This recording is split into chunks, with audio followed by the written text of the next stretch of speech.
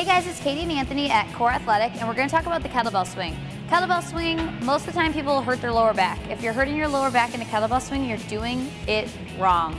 The tendency when you're hurting your lower back is that you're actually moving your shoulders behind your hip line.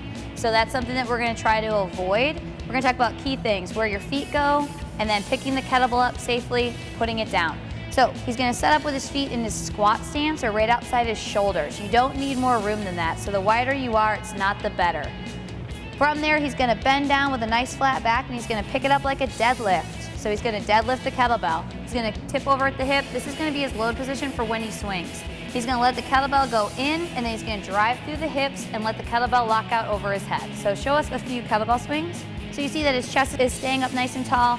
His shoulders are not going behind his hips, and he's locking the kettlebell up overhead, not hyperextending at the back. And then to put the kettlebell down, he's going to keep his chest up tall, bend at the knee, keeping his back nice and flat. This would be the proper way to pick up, swing, and then put the kettlebell down. A common fault that people have is they actually move their hip in front of their shoulders and then use their back to bring the kettlebell back up. That's what we're going to avoid by keeping yourself loaded, loading up the hamstring by shooting the knees back and tipping over with a nice flat back and then driving through the hips. We're not using our arms in a kettlebell swing. If he tried to lift this with just his arms, it would look like this.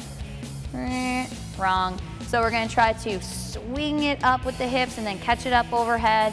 This would be the kettlebell swing. We also have a Russian kettlebell swing. A common fault in the Russian kettlebell swing is the same thing. Russian just means we're going to come up to shoulder height, just power through the hip and not finish it with the American swing. He's going to keep everything tight. Everything's loaded to the front. He's not going to lean back and put himself in a shoulder behind hip position. This is the common fault, and that's why your back hurts after a kettlebell swing. So we've got kettlebells ranging from a few pounds up to 70 pounds. So we've got something for you. We can also start with a dumbbell. So come on in, we'll show you the proper form. And remember, if you're ever doing a kettlebell swing wrong, you need to put it down, reset, make sure that your feet are right outside your shoulders, your back's nice and flat, and everything's tight. You're not hyperextending at the back. So we'll see you later today at Core Athletic for some kettlebell.